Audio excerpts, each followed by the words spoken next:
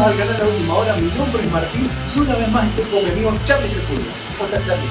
¿Qué tal, Martín? Me gusta estar nuevamente con vos y un saludo a toda la audiencia. Charlie, hoy más que un tema polémico, nos has traído un tema que es realmente alarmante. ¿Qué es esto de que el arrebatamiento no es un regalo? Por demás alarmante, Martín. El arrebatamiento no es un regalo, es una recompensa. Tenés que sentir. Vamos con el video. Charlie, contanos entonces por qué el arrebatamiento no es un regalo. Pero antes, por favor, explícanos qué es el arrebatamiento y cuáles son sus fundamentos bíblicos. Bien, Martín. El arrebatamiento es un misterio. Así como en la iglesia era el misterio que no había sido revelado, no le fue revelado a Israel, hubo unos indicios que Dios le dijo a Abraham, el patriarca de Israel, que Dios le dijo que sus simientes serían benditas a todas las naciones, pero no le dijo cómo ni cuándo. Entonces, esto era un misterio para Israel, pero llegado el tiempo, como Dios es soberano y Él ha hecho diferentes planes de salvación según como le ha placido. A los prediluvianos preparó a Noé, preparó el arca. Después de ahí en adelante, Dios dio la ley de Moisés al pueblo de Israel y le dio determinadas ordenanzas. El que las cumplía vivía por ellas y el que no tenía que sufrir las consecuencias. Venido Cristo y habiendo muerto por el ser humano en favor y la propiciación de todos los pecados de la humanidad, inaugura una nueva ley, que es la ley de la fe que está escrita en Romanos capítulo 3. Dios hace un nuevo plan de salvación. Él tiene la autoridad para hacerlo porque como Él viene como judío, nace en Israel, es Dios tomando una naturaleza humana, cumpliendo todo lo que el ser humano tenía que cumplir y no había podido cumplirlo perfectamente, cumple esos mandamientos y tenía que morir, que era lo que se requería legalmente para hacerse justicia. Entonces Cristo, habiendo cumplido todo eso y habiendo resucitado, inaugura una nueva ley, que es la ley de la fe y está escrita en Romanos capítulo 3. Entonces da un nuevo plan de salvación. Ese plan de salvación es un misterio, no fue revelado a los antiguos. Entonces, así como ese misterio que es la iglesia, y nos ha sido revelado a nosotros, de Cristo para acá adelante, el arrebatamiento es un misterio. Fue revelado al apóstol Pablo. En 1 Corintios, capítulo 15, versículo 51, él dice, y mira, te lo voy a leer de la Biblia para que haya este fundamento bíblico. Mira lo que dice. Y aquí os digo un misterio, ¿viste? No todos dormiremos, pero todos seremos transformados. Este misterio que no todas las personas iban a morir. ¿A qué se refería el apóstol Pablo? Bueno, Dios le revela que una cierta generación, cuando él regrese, que es esa generación, cuando Cristo regrese a la tierra, que va a ser en un momento previo para hacer un rescate, porque ya va a comenzar la tribulación final. Entonces, esa generación no va a morir. Estaba escrito que todos los hombres deberían morir y después el juicio. Pero como Cristo inauguró esta nueva ley, ya no es necesario que los seres humanos tengan que morir. Cristo es el juicio final. En Él se hace justicia. Y la situación de cada humano en la tierra se resuelve en esta tierra, como nos manifiesta en Juan capítulo 3, en el versículo 18. El que cree en Jesús no es condenado, pero el que no cree ya ha sido condenado. Entonces esto da lugar a que haya un arrebatamiento y a que hayan personas que no tengan que ver muerte. El arrebatamiento es un acontecimiento súbito, como lo dice, mira, en 1 Corintios 15:52. En un momento, en un abrir y cerrar de ojos, a la final trompeta. No es algo que se va a dar en el tiempo, no es algo que se va a dar en días, ni en meses, y mucho menos en años. Va a ser, como dice la Biblia, en un abrir y cerrar de ojos. Entonces, Dios arrebata a los suyos. No va a ser en silencio, como por ahí se llegó a pensar, va a ser con sonido de trompeta. O sea que va a haber un sonido, va a ser muy audible por todas las personas, tanto los que seamos arrebatados como aquel que se quede. Va a escuchar ese sonido de trompeta. Probablemente va a haber un terremoto, porque tienen que abrirse las tumbas para que sean resucitados los muertos. También, el arrebatamiento es una esperanza, pero es solo para los hijos de Dios. Nadie que no sea hijo de Dios tiene chance o puede acceder a ser arrebatado, porque un arrebatamiento en vida es un rescate, y para aquellos que murieron ya en Cristo, que murieron creyendo. Entonces, todo aquel que no ha recibido a Jesucristo como su Señor y Salvador, que no ha aceptado a Cristo, no ha habido ese cambio de naturaleza, esa naturaleza que es totalmente engendrada por Dios en él, como lo dice en Juan capítulo 1, del 11 al 12, no puede ser arrebatado. Entonces, primero necesita ser salvo, que es el punto de partida, y es metanoia, que es el cambio de la mente. Entonces, tiene que ser hijo de Dios, requisito para ser arrebatado. También, en primer lugar, es una esperanza de resurrección para los hijos de Dios que murieron esperando esto. Porque a nosotros ya nos han muerto familiares, nos han muerto padres, madres, y desde Cristo para acá, ¿cuántos ya han muerto? Han pasado más de 2000 años. Entonces, la esperanza que da Dios y la promesa es que esos muertos van a resucitar. ¿Qué es lo que resucita? Es el cuerpo, no el alma, no se está refiriendo al alma. Y es un rescate en vida. Dice que, mira lo que dice la palabra acá, dice que se tocará la trompeta y los muertos serán resucitados incorruptibles. Viste que para resurrección de los muertos. Dice, y nosotros seremos transformados. Está hablando que los que estemos vivos en ese momento vamos a ser transformados en un abrir y cerrar de ojos, porque con este cuerpo humano que nosotros tenemos no podemos acceder al cielo, al trono de Dios, para estar delante de la presencia. Entonces Él va a transformar este cuerpo mortal, pero va a ser veloz, va a ser totalmente rapidísimo, no va a lugar a nada. Se corta toda la vida normal de uno, se corta toda la vida normal y rápido ascendemos al cielo. Y es una esperanza de rescate, porque el Señor está rescatando, porque ya se desata la tribulación. Bien, así lo expresa en 1 Tesalonicenses 4:17, que te lo puedo leer acá, mirá. Dice, luego nosotros los que vivimos, los que hayamos quedado, seremos arrebatados junto con ellos en las nubes para recibir en el aire, y así estaremos siempre con el Señor. Así que todos los arrebatados vamos, el Señor nos espera en el aire. No va a sentar en tierra el Señor en ese momento. Es solamente para sacarnos, para librar nuestra tribulación, hace resucitar a los muertos y a nosotros nos saca velozmente. Perfecto. También es un acontecimiento para una generación especial. No es que se ha dado en diferentes generaciones. De Jesucristo hasta acá han pasado 24 generaciones. Según el Salmo 90, una generación dura entre 70 y 80 años, es lo que está estipulado por Dios. El apóstol Pablo, que hace a quien le es revelado este misterio, él creía que iba a ser arrebatado. Después, al fin de sus días, él le toca morir como mártir. Él se da cuenta que no va a ser arrebatado. Pero él esta esperanza y este misterio lo fue transmitiendo a todos los hermanos para que lo transmitieran, porque en cualquier momento podía haber una generación que le tocara ser arrebatado. Eso se ha transmitido de generación en generación y hasta que llegara hasta nuestros días, que han pasado más de 2000 años. Por eso, nosotros tenemos que mantener esta esperanza viva, no decir nadie sabe el día ni la hora. Porque el Señor lo que quiere es que nosotros escudriñemos la Escritura y que sí intentemos saber los tiempos y las señales. Que nosotros no durmamos, es un llamado a la atención. Mirá lo que dice. Será un rescate en días normales. Es previo a la tribulación. No va a ser durante la tribulación este arrebatamiento, porque es para no entrar. Pero ahí va a haber un detalle que yo te lo voy a explicar al final. Porque es para la iglesia, que somos todos los hijos de Dios, esta esperanza está.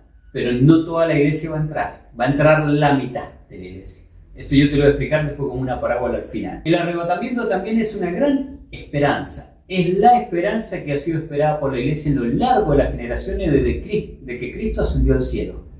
Y mirá lo que dice en 1 Tesalonicenses 4:13 al 18, te dice: tampoco queremos, hermanos, que ignoréis acerca de los que duermen, porque para que no os entristezcáis como los otros que no tienen esperanza. Y en el 18 dice: por tanto, alentados los unos a los otros con estas palabras. Sea para que decir qué pasó con mi familiar, aquel que creyó en Cristo, dónde está, qué pasará, irá a resucitar. Y para nosotros que estamos vivos, es una esperanza que la tenemos que mantener viva. Nosotros no puede estar que no concibamos que Cristo no va a venir nunca. Si bien han pasado 2000 años, pero el propósito de Dios era que estuviéramos atentos. Y ya te voy a explicar por qué nosotros, específicamente esta generación, necesitamos estar atentos. En todo esto que hemos estado hablando es necesario aclarar y tener en cuenta una cosa, algo para que nos quede más claro el tema. Mira, Dios a sus hijos le da tanto dones como premios y recompensas. Entonces, los dones son regalos que uno solamente los tiene que recibir, aceptar, atesorarlos y guardarlos. Es necesario tener en cuenta una cosa, que un regalo que Dios te da no te lo quita. Ya te lo da, es tuyo. Y aparte, si Dios me da un regalo a mí, yo no lo voy a devolver, me lo dio y es mío. Mira, en Santiago 1:17 dice que Dios da esos regalos y Él no los quita. En Él no hay mudanza ni sombra de variación, así lo traduce en la Biblia. Pero se debe entender que es un regalo que te da y no te lo va a quitar. También hay recompensas, las recompensas que Dios da a sus hijos una vez que ya han nacido de Dios. Porque todo esto lo da Dios a partir de que uno ya nace. El gran regalo que tiene un hijo de Dios es la salvación. Dios nos otorga la salvación como regalo, que está escrito en Efesios 2, del 8 al 10. ¿Por qué la otorga como regalo? Porque el ser humano está imposibilitado de adquirirla. No la puede adquirir por su propia fuerza, por su propio esfuerzo, porque nosotros estamos perdidos como humanos, somos pecadores y estamos perdidos. Y no podemos hacer nada para salvarnos a nosotros mismos. Lo único que podemos hacer es reconocer nuestra situación, clamar a Cristo, y ¿Él qué hace? Él nos da la salvación como un regalo y nos la otorga por fe. Nosotros la aceptamos por fe, que es certeza de lo que se espera y convicción de lo que no se ve. Ahora, eso es un nuevo nacimiento, es el punto de partida en la vida de cada un hijo de Dios. Ahora, para todo aquel que ha nacido en Dios, Dios también le da otros dones que son espirituales, como lo está expresado en 1 Corintios 12, que es para dotarlo de poderes que vienen de Dios, para que nosotros hagamos cosas para el servicio de Él, que está el don de profecía, el don de enseñar la Biblia, vamos a poder tener misterio, poder entender ciencia espiritual de Dios, cosas que no las podríamos entender humanamente con nuestra mente carnal, solamente con esos dones espirituales que nos da Dios. Ahí se pueden leer en esa parte de la Biblia para entenderlos todos. Una vez que estamos equipados y hemos nacido, que Dios nos prepara, no para que nos quedemos como bebés espirituales, sino para que crezcamos, Dios nos otorga recompensas, que son premios y pagas, que se deben ganar trabajando y luchando. Algo hay que hacer.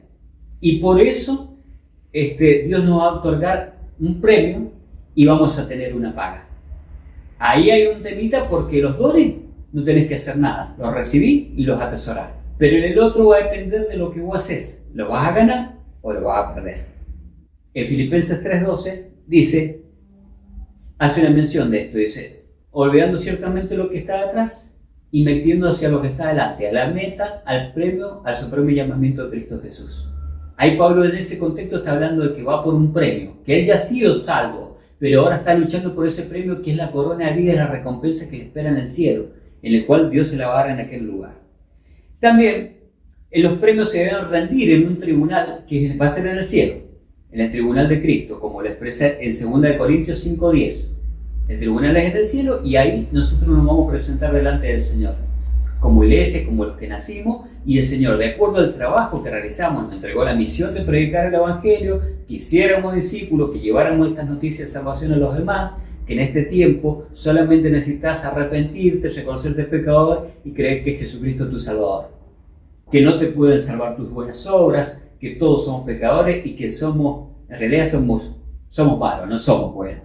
Bueno, eso se va a rendir en el tribunal de Cristo, esta recompensa. Ahora viene lo grande que hemos hablado y es alarmante.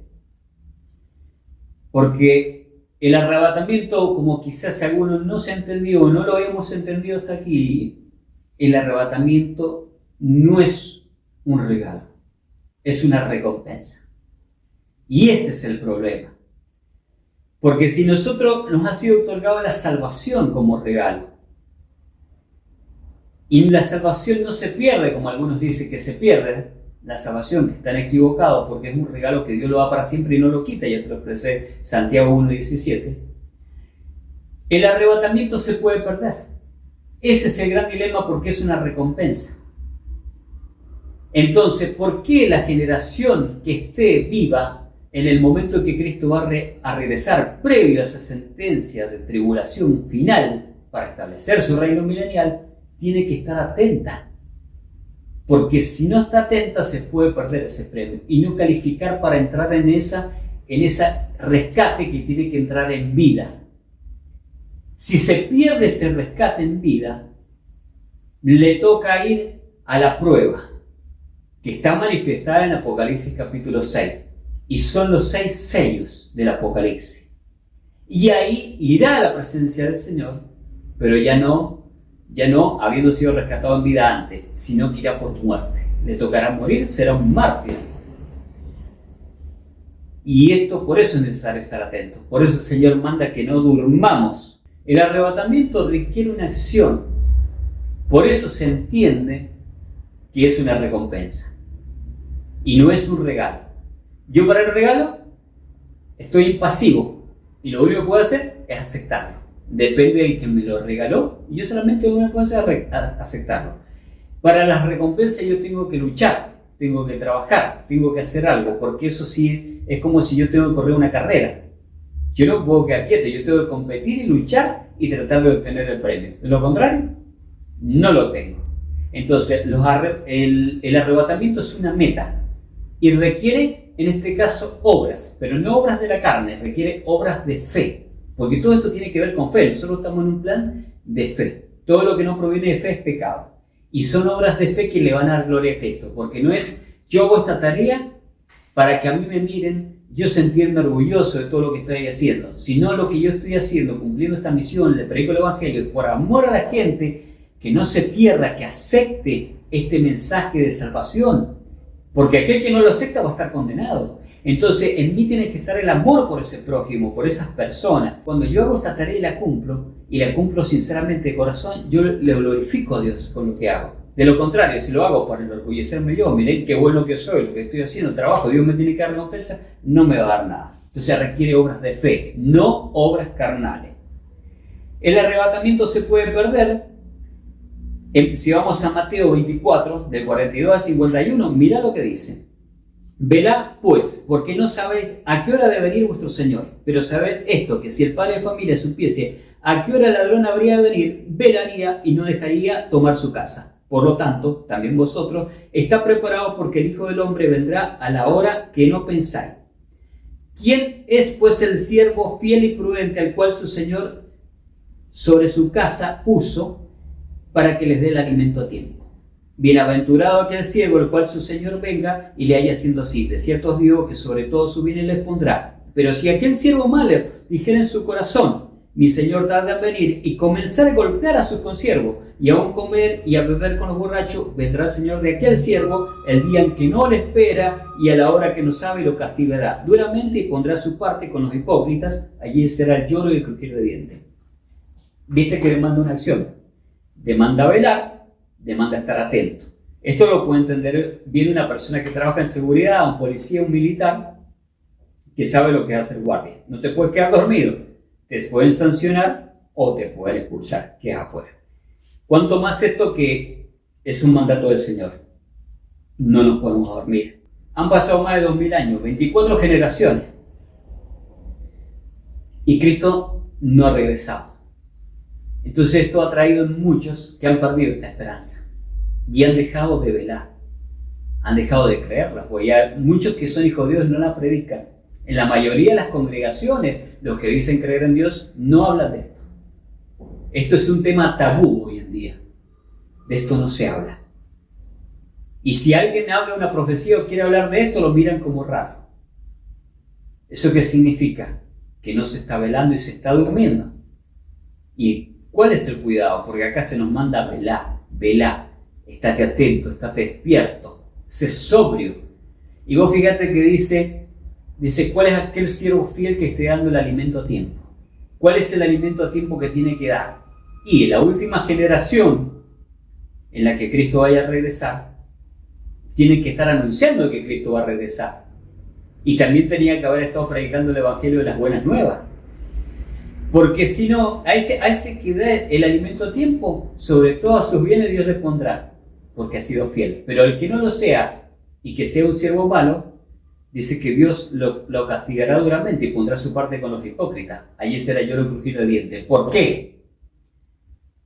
Porque va a la prueba de la tribulación. Acá hay algo muy claro. Vos fíjate que en esta escritura, en estos versículos que te leí, vos fíjate que habla de siervo y señor. Dice que si hay un siervo malo que dice, mi señor tarda en venir, comienza a golpear a sus consiervos, a pelearse, y a emborracharse y a vivir su vida, como que su señor no va a venir. Ese siervo le reconoce su señor y dice, mi señor tarda en venir. O sea que no está hablando de alguien que no ha conocido a Dios. Está hablando de un siervo que es hijo de Dios, pero que ha sido puesto por Dios a cuidar los mandatos del Padre, a cuidar la misión, a cuidar todo lo que Dios nos encomendó. Pero dice, ¿cómo tarda en venir? No sé cuándo irá a venir, no sé, yo capaz que me voy a morir de viejito. Entonces no hay problema, puedo vivir mi vida, todavía tengo tiempo. Y se descuida. Y dice que vendrá su Señor, el Señor de aquel siervo. No dice, Dios nunca va a hablar de siervo a alguien que no le ha conocido, a alguien que no aceptó a Jesús. Acá está una clara referencia porque está hablando de hijos de Dios en este contexto. Entonces dice, vendrá y duramente lo va a reprender. Y va a poner su parte con los hipócritas. Los hipócritas son aquellos que han intentado arrimarse a Dios y querer lograr el favor de Dios y la salvación por medio de sus obras. Pueden estar en alguna congregación y nunca haber sido salvo. Sin embargo, aquel que fue salvo, que un día le abrió el corazón a Dios, Dios le cambió la mente, le dio y lo tomó como siervo, pero aquel siervo se descuidó. Como decían, yo ya soy salvo. Si viene Dios, bueno, en algún momento, no, venga, yo estoy, me tiene que llevar. Pero no, porque este arrebatamiento es una recompensa. Y si ese siervo se ha descuidado, imposible que gane la recompensa. Así que ¿a dónde lo manda? A la prueba. Vas a ser probado. No es que Dios lo desecha, estás totalmente perdido, acá no tenés ninguna chance de salvación. Acá te perdiste, la salvación no se pierde, es un regalo. No se pierde, es un regalo. Pero el arrebatamiento no es un regalo, es una recompensa por el cual hay que luchar. Entonces, hay dos maneras de ver a Cristo. El Hijo de Dios tiene dos maneras de verlo. Una, yéndote arrebatado en vida y no teniendo que pasar la tribulación. Otra es muriendo. El que se queda a la prueba va a morir y va a ir con Dios, pero como mártir va a tener que sufrir y va a perder todo. Ahí se va a dar cuenta que tendría que haber velado. El que se queda a la prueba es aquel que no calificó para ser arrebatado. El Señor después te voy a explicar bien como una parábola que queda muy definido, que la mitad se va y la mitad se queda. La mitad es arrebatada sin ver muertos, son llevados vivos, y la otra mitad se queda. La mitad que se queda para la prueba, no para la ira. La iglesia de Dios no ha sido puesta para ira, y así está escrita en Tesalonicenses. La ira de Dios, ¿cuándo comienza? A partir del capítulo 8 de Apocalipsis, que comienza con los toques de trompeta. ¿Qué es lo que pasaría el que se queda y que va a ser probado? Los sellos del Apocalipsis. Los 6 sellos le toca pasar. Y mirá lo que te dice y te da a entender que sí queda una parte de la iglesia en la tierra. Y mirá lo que está expresado en Apocalipsis 6, en el capítulo 9 al 11. Mirá lo que dice, mirá, te lo leo. Cuando abrió el 5º sello, vi bajo el altar las almas de los que habían sido muertos por causa de la palabra de Dios y por el testimonio que tenían. Y clamaban a gran voz diciendo, ¿hasta cuándo, Señor, santo y verdadero, no juzgas y vengas nuestra sangre en los que moran en la tierra? Y se le dieron vestiduras blancas y se les dijo que descansasen todavía un poco de tiempo hasta que se completara el número de sus consiervos y sus hermanos, que también habían de ser muertos como ellos. El que se queda a la prueba y va a morir. Va a morir ya sea por hambre y sed, porque en ese momento no se podrá comprar ni vender, porque el anticristo instaurará una marca. que una tecnología digital, y ya se ve que va a ser así, de control en este nuevo orden mundial que viene. El que no tenga esa marca no podrá comprar ni vender ni hacer nada. O sea que no va a poder acceder a los alimentos básicos ni a nada. Los hijos de Dios que han quedado en ese momento van a entender que esa es la marca del anticristo y no se la tienen que poner. Entonces van a preferir morir. Pero algunos van a ser presionados a ponérsela. No los van a agarrar a la fuerza y se la van a poner a la fuerza, porque Satanás tiene que respetar también el libre albedrío. Entonces van a ser presionados a la voluntad, que su voluntad sea quebrada y que accedan. Ellos van a preferir morir y los van a matar, van a terminar muriendo, van a ser mártires en la tribulación. Entonces ellos son los que claman debajo del altar. ¿Hasta cuándo, Señor? ¿Hasta cuándo nos van a hacer venganza? Dios le da vestiduras blancas y dice, esperen porque tienen que morir sus consiervos, sus hermanos, se tiene que completar un número, que es la mitad de la iglesia que se quedó. Y esa iglesia va a aparecer después siendo ya sacada. Esa iglesia es por muerte va a ver a la gloria de Dios. Y son la gran multitud que aparecen en el capítulo 7 de Apocalipsis vestida de ropa blanca. Son los que han salido de la gran tribulación y han lavado su ropa en la sangre del Cordero y las han emblanquecido. Por eso fueron refinados a través de la prueba. Porque ellos no calificaron para irse sin ver muerte. Tampoco lo creyeron. Eran los que tenían la venida de Cristo por tardanza. Nadie sabe el día ni la hora, no veremos, vivamos nuestra vida y ocupémonos de nuestras cosas y ya somos salvos. Y eso les valió un gran castigo. Y les toca quedarse. No es que Dios lo desecha para siempre, no. Dios los manda, lo he probado. Si alguien quiere decir, no, Dios no puede hacer eso con su iglesia, si su cuerpo, Dios no va a castigar nunca a su iglesia. Israel, el pueblo de Dios. Cada vez que el pueblo de Dios se desvió, siguió a dioses extraños, dioses ajenos, y no al verdadero Dios, porque esos eran dioses falsos, Dios ejecutó sentencia y castigo. Le pasó con los babilonios, y desde Cristo para acá no aceptaron al Mesías, y del año 70 después de Cristo fueron dispersados al mundo. Recién van a cumplirse 80 años que han regresado a su tierra, no han vuelto todos, y aún Jesucristo no ha vuelto a tratar con él como va a volvernos a tratar después de esta gran tribulación. Entonces, si nosotros no tenemos la venida de Cristo por tardanza, ¿qué creemos?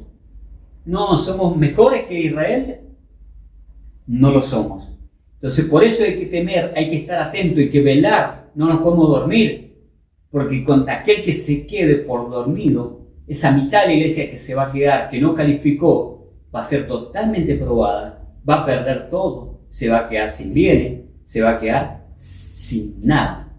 Y ahí va a quedar él y su fe. Dios no le quita el Espíritu Santo ni la salvación que le dio, pero ahora tiene que ir por muerte, porque no calificó para irse vivo. Una cosa que es necesario tener en claro acá es que la iglesia no ha sido puesta para ira. La iglesia va a pasar esa prueba, que es todo el capítulo, si lo quieren leer, todo el capítulo 6 de Apocalipsis, los sellos, la prueba de los sellos.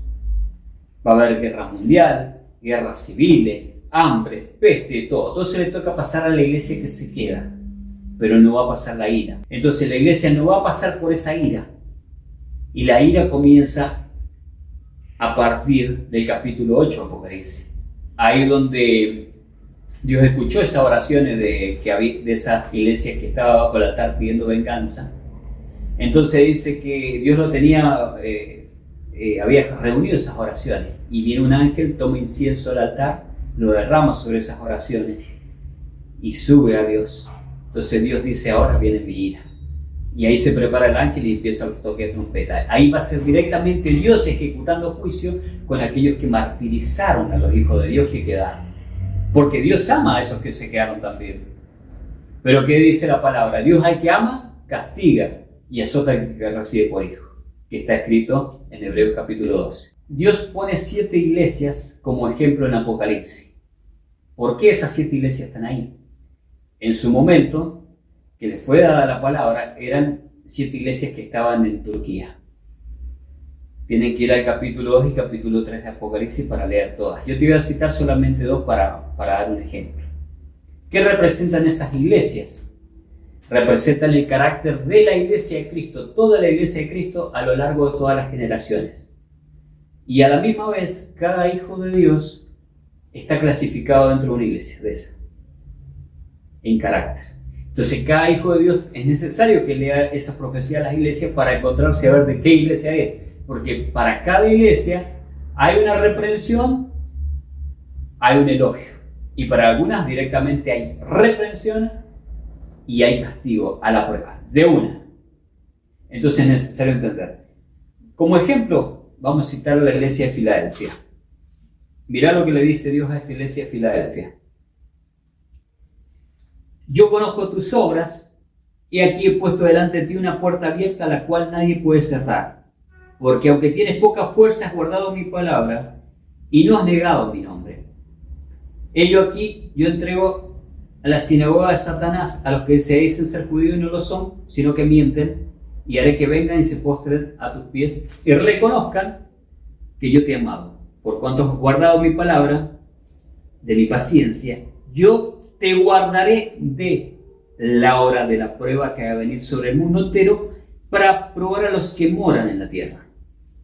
Y aquí yo vengo pronto, retén lo que tienes para que ninguno tome tu corona. Al que venciere, yo le haré columna en el templo de mi Dios y nunca más saldrá de allí. Y escribiré sobre él el nombre de mi Dios y el nombre de la ciudad de mi Dios, la nueva Jerusalén, la cual desciende del cielo de mi Dios. Mira, una de las pocas iglesias prácticamente que no tiene reprensión. No tiene reprensión. Que hay elogios para ella. Dice, sos una iglesia débil, que podríamos decir, le señala un defecto, pero dice, has guardado mi palabra y no has negado mi nombre. O sea, que es una iglesia que cumplió la misión de predicar el evangelio, de ser discípulos, de llevar estas buenas nuevas de salvación a todos. No has negado el nombre, lo has predicado. Dice, has guardado la palabra de mi paciencia. ¿Cuál es esa palabra de la paciencia? La palabra de la paciencia es que Dios ha sido paciente con la humanidad. De que Cristo murió han pasado más de 2000 años y no ha regresado. 24 generaciones y Cristo no ha regresado.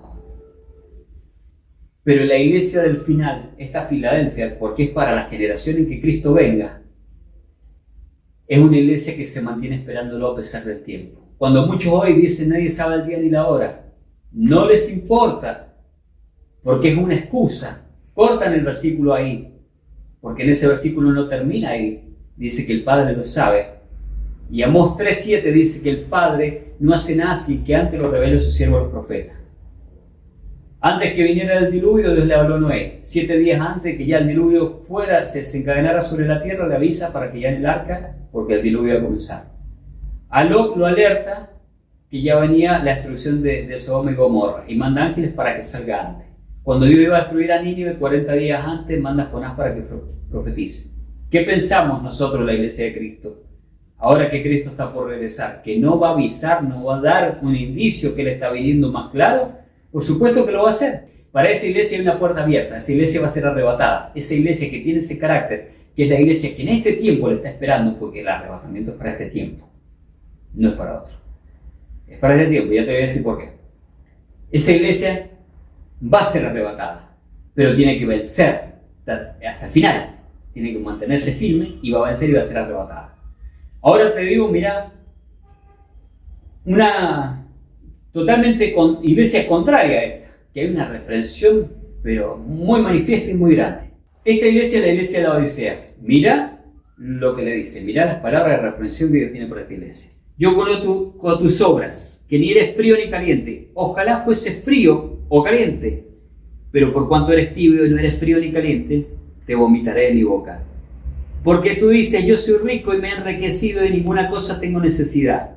Y no sabes que tú eres un desventurado, miserable, pobre, ciego, desnudo. Por tanto te aconsejo que de mí compres oro refinado en fuego para que seas rico y vestiduras blancas para vestirte y que no se descubra la vergüenza de tu desnudez. Unge tus ojos con colirio para que veas.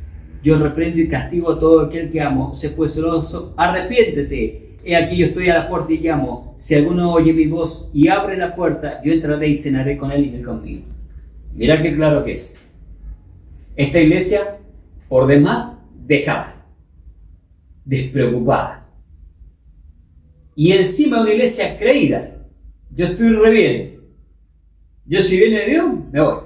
Pero no quiere saber nada más. Es lo único que le interesa. Y nadie sabe ni ahora porque no sé cuándo va a venir. Una iglesia que se sienta rica, que tiene. Porque la iglesia del último tiempo va a ser una iglesia muy afanada por las cosas materiales. Va a hacer mucho hincapié y va a darle prioridad a lo material. Entonces es una iglesia que no tiene casi sufrimiento porque la mayoría va a tener una buena situación. Y también hace referencia a que el evangelio en el último tiempo se va a vender. Hoy en día, en todos lados se pide dinero y dinero en abundancia para predicar. Hay gente que pacta con dinero la palabra de Dios. Mirá lo que se está haciendo. Entonces trae una gran reprensión con esta iglesia y dice, ojalá fuere frío o caliente, pero no, sos tibio. Entonces dice, te vomitaré de mi boca. Esta es una iglesia que si no se arrepiente va totalmente a la prueba. Dice, de mí compra oro refinado en fuego. ¿Qué le está diciendo? Vas a la prueba. Yo te voy a hacer que compres oro refinado en fuego. Vas a la prueba. En la prueba vas a ser refinado. Ahí cuando lo pierdas todo, ahí. Y vestiduras blancas. ¿Cómo llama la atención con esas almas que claman debajo del altar y le dan vestiduras blancas? Porque ya tuvieron que morir, lo perdieron todo. O sea, quedaron sin comida, sin bebida, sin placeres, sin lujo, sin entretenimiento. Lo perdió todo. Un mensaje que resume a la perfección e ilustra de una manera totalmente clara y visible, para que ya nos quede clara como una ilustración final. Es la parábola de las vírgenes, capítulo 25 de Mateo. Mirá, lo leo. Dice, entonces el reino de los cielos será semejante a las 10 vírgenes que tomando su lámpara salieron a recibir al esposo. 5 de ellas eran prudentes y 5 insensatas. Las insensatas tomando sus lámparas no tomaron consigo aceite, mas las prudentes tomaron aceite en sus vasijas juntamente con sus lámparas. Tardándose el esposo, cabecearon todas y se durmieron, y a medianoche se oyó un clamor. Aquí viene el esposo, salgan a recibirle. Entonces todas aquellas vírgenes se levantaron y arreglaron sus lámparas. Y las insensatas dijeron a las prudentes, danos de vuestro aceite, porque nuestras lámparas se apagan. Mas las prudentes respondieron diciendo, para que no nos falte a nosotras y a vosotras, vayan más bien a los que venden, gran detalle, y comprad para vosotras mismas. Pero mientras ellas iban a comprar, vino el esposo y las que estaban preparadas entraron con él a las bodas del Cordero. Y se cerró la puerta. Después vinieron también las otras vírgenes diciendo, Señor, Señor, ábrenos. Mas él respondiendo dijo, de cierto os digo, no las conozco. Velad, pues, porque no sabéis el día y la hora en que ha de venir el Hijo del Hombre. Mirá qué claro que está. 10 vírgenes, 5 prudentes, vírgenes que utilizaron su razón y su sabiduría, y otras 5 que son insensatas, despreocupadas, les daba lo mismo. Pero salen a recibir al esposo. Gran detalle, son vírgenes. Esto está representando e ilustrando a toda la iglesia. Toda la iglesia no son 5 vírgenes. Algunos piensan que en el arrebatamiento se van esas 5, son las únicas que se salvan y los demás se pierden. No. Esas 5 que son arrebatadas son las que no ven muerte. La iglesia sensata, preocupada, que veló, si bien al final del tiempo se duermen todas, pero ellas dijeron, por las dudas, no sé qué va a pasar, yo tengo mi lámpara con aceite y tengo en una vasija. Las otras, solamente su lámpara con aceite. No dice que no tenía aceite, tenía aceite, pero no tenían ellas aceite en vasijas. Entonces dice que todas cabecearon y se durmieron. A medianoche se oyó un clamor, porque el esposo se había tardado. Ahí viene el esposo, salgan a recibirle. Mirá lo que pasó. Se levantan, se despiertan, acomodan sus lámparas. Y dice que las insensatas le dicen a las prudentes, nuestras lámparas se apagan. Dice, denos aceite a nosotras. Y ella le dice, no, para que no nos falte a nosotros, vayan ustedes y compren a los que venden. Gran detalle que en el último tiempo, cuando Cristo regresara, se iba a vender la fe, como se está haciendo hoy en día. Atento al tiempo que estamos viviendo. Miren este detalle. ¿Qué significa la lámpara?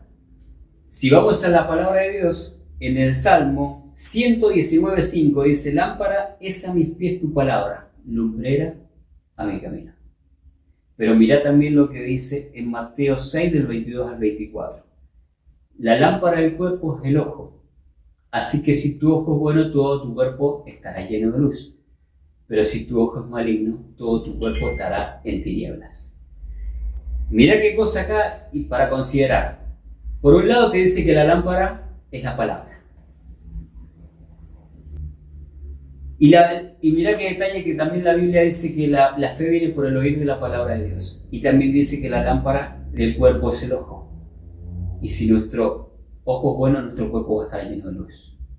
Es nuestra manera como entendemos, cómo adquirimos el conocimiento. Y si nosotros adquirimos el buen conocimiento, que es el conocimiento que proviene de Dios, de su palabra, vamos a tener esa fe. Algunos han interpretado que el aceite era el Espíritu Santo, pero eso no puede ser así, porque el Espíritu Santo es una promesa de que estaría en cada hijo de Dios hasta el fin, como lo dice en Juan capítulo 14. Es el consolador que el Padre entrega a cada uno de sus hijos cuando los salva, y va a estar hasta el fin, no se puede terminar, y aparte es Dios, no se puede acabar como ese aceite en la lámpara. Entonces, la lámpara es la palabra, pero ¿qué es lo que se les fue terminando a esas vírgenes porque el esposo se demoró? La fe. La fe se fue acabando. Entonces, cuando tenía que venir el esposo, no tenía fe acumulada, aceite en acumulada, las sensatas sí lo tenían. Entonces el esposo se demoró, se habían dormido todas, pero esas se despiertan, pueden ordenar las lámparas porque sí tenían aceite en vasija, le pudieron agregar. Las otras no, era lo único que tenían. Ya no pudieron entender. Por eso la lámpara del cuerpo es el ojo. ¿Qué vas a entender ya a último momento? Toda tu vida te hablaron, le quisieron hablar la profecía, no quisiste saber nada, lo bloqueaste con que nadie sabe el día ni la hora, para que nadie te hablara. Ahí cortabas el versículo. Ni siquiera la mayoría sabe dónde está, que está en Mateo 24. La mayoría no quiere saber. No me molesté, yo no quiero saber de profecía ni apocalipsis, que me da miedo y aparte no lo entiendo.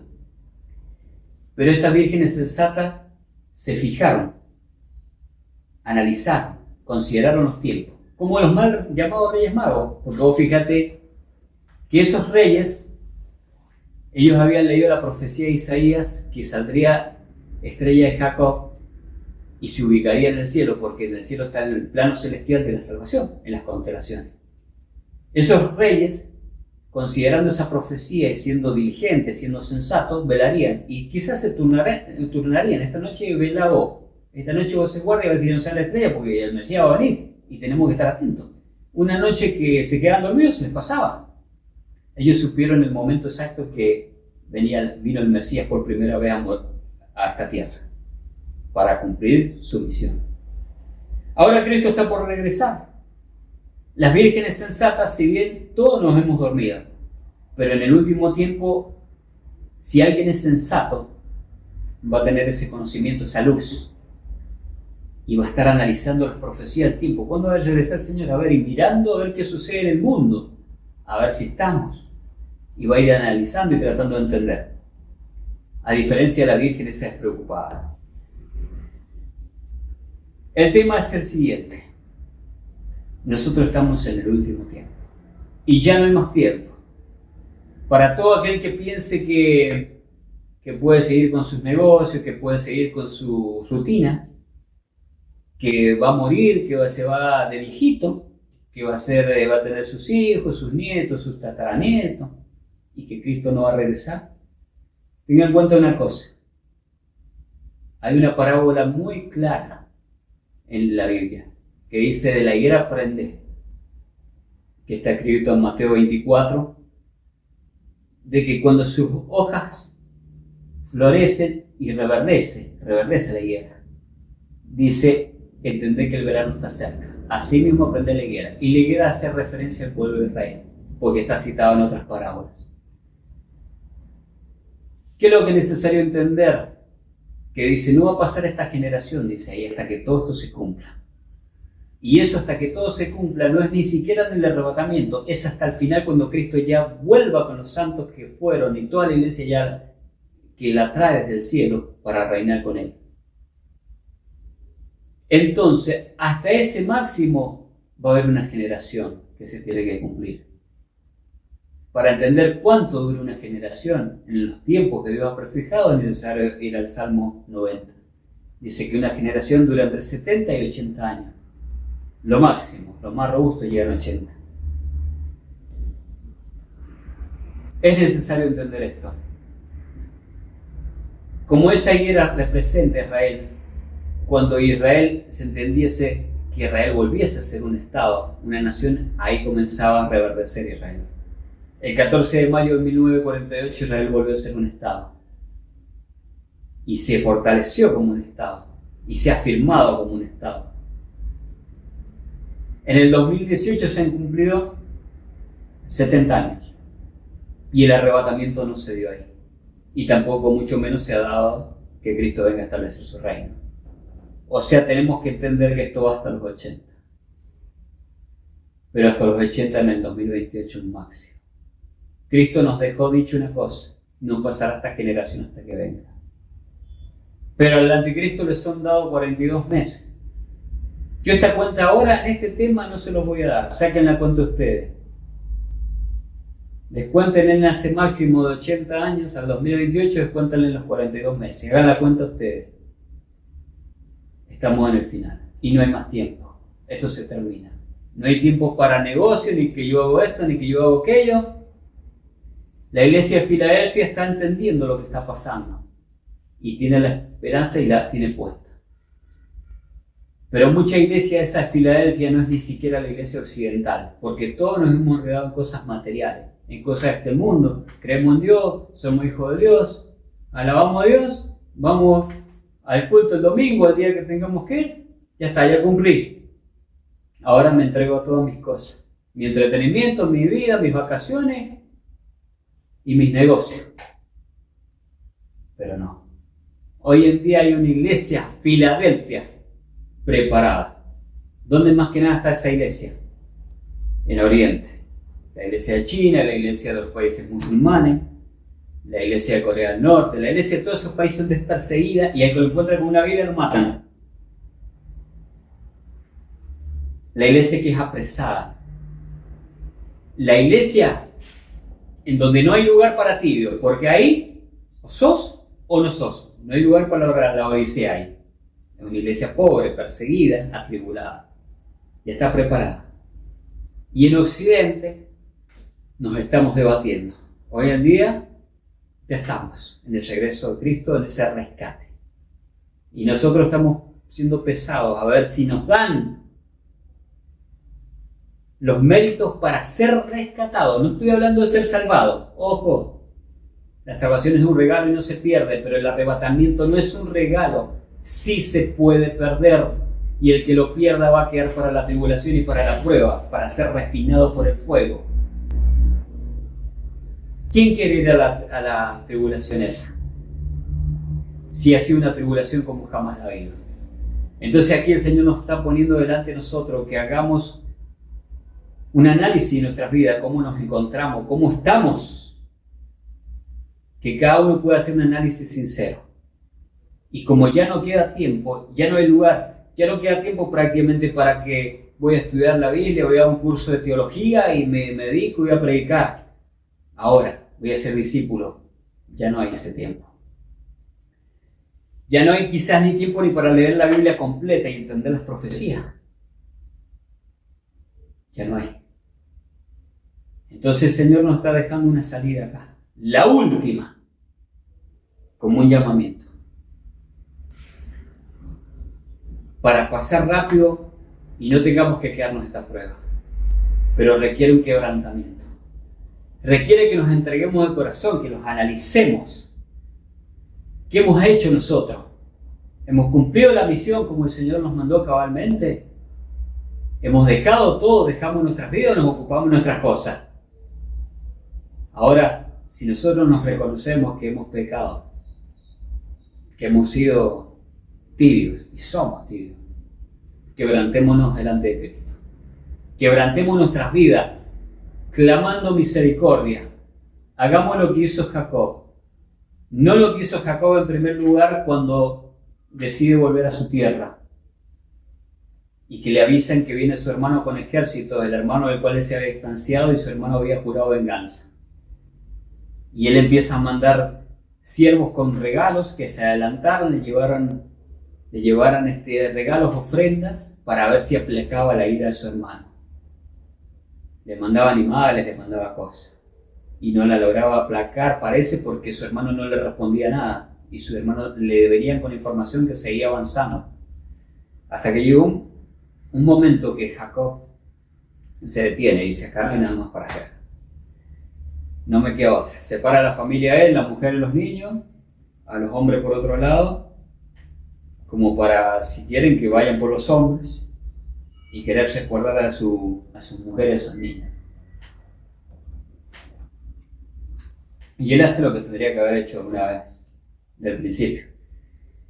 Va y se postra delante de Dios, clama a Dios, ¿viste? Entonces se le presenta un ángel que dice que la Biblia que es el ángel de Dios. Y él comienza a luchar. Y él dice: yo no te voy a dejar hasta que me bendigas. A mí me bendecís porque me matan la familia. Pierdo todo. Hasta que yo llegué. Entonces lucha.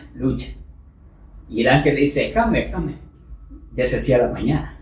Había luchado toda la noche y él no lo soltaba. Bendecime.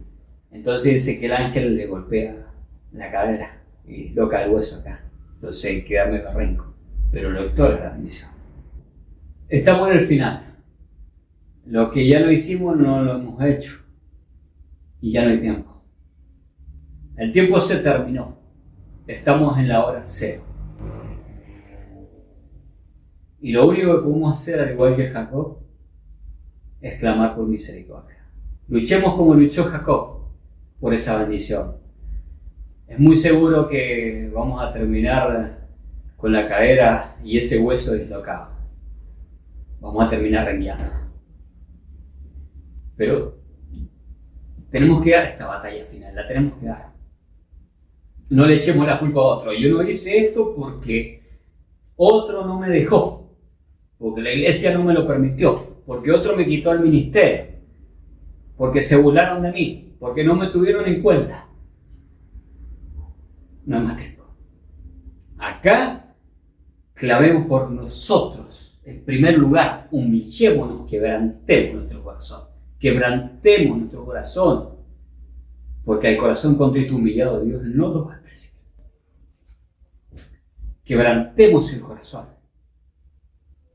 porque si no, en este poquito tiempo que nos queda, no dejamos que Cristo nos refine, no vamos a pasar y no vamos a poder entrar dentro de esas 5 vírgenes sensatas, no vamos a ser parte. Y vamos a tener que ir a la prueba con las otras 5. Y ahí vamos a ser refinados por la prueba. Ahí vamos a tener que llorar, sufrir y morir. La iglesia completa no son 5, son 10. Las 5 que van a llegar al cielo a las bodas del Cordero, porque la novia se casa en el altar, entra a las bodas del Cordero. Y las otras quedan debajo del altar clamando. Las bodas del Cordero y el altar en el cielo. Las otras quedan debajo, no llegaron y están clamando bajo el altar. Pero van a ser esperadas para que se reúna la iglesia completa. Nosotros somos la iglesia de Cristo. Pero como Él ahora se define, ¿para qué lado estamos? ¿Somos la iglesia que será arrebatada? ¿O somos la iglesia que se queda? Aquí está el análisis que vamos a tener que hacer. ¿Nos humillamos ahora, creyendo que ya no hay más tiempo? ¿Nos postramos clamando misericordia y gracia y el Señor nos va a escuchar? Porque tenemos que orar con fe. Sin fe no sirve. Es con fe y creyendo que el Señor nos va a escuchar y que va a ser misericordioso y nos va a levantar.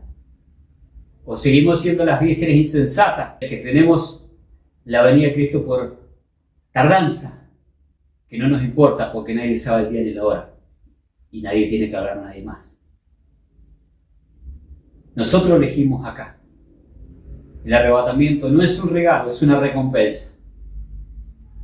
Yo de mi parte, y creo que Martín vos también, nosotros sabiendo que nos hemos entretenido también con nuestras cosas, que no nos presentamos acá como terminado y que ya estamos, nos estamos humillando y nos vamos a postrar y nos vamos a humillar para que el Señor tenga misericordia de nosotros.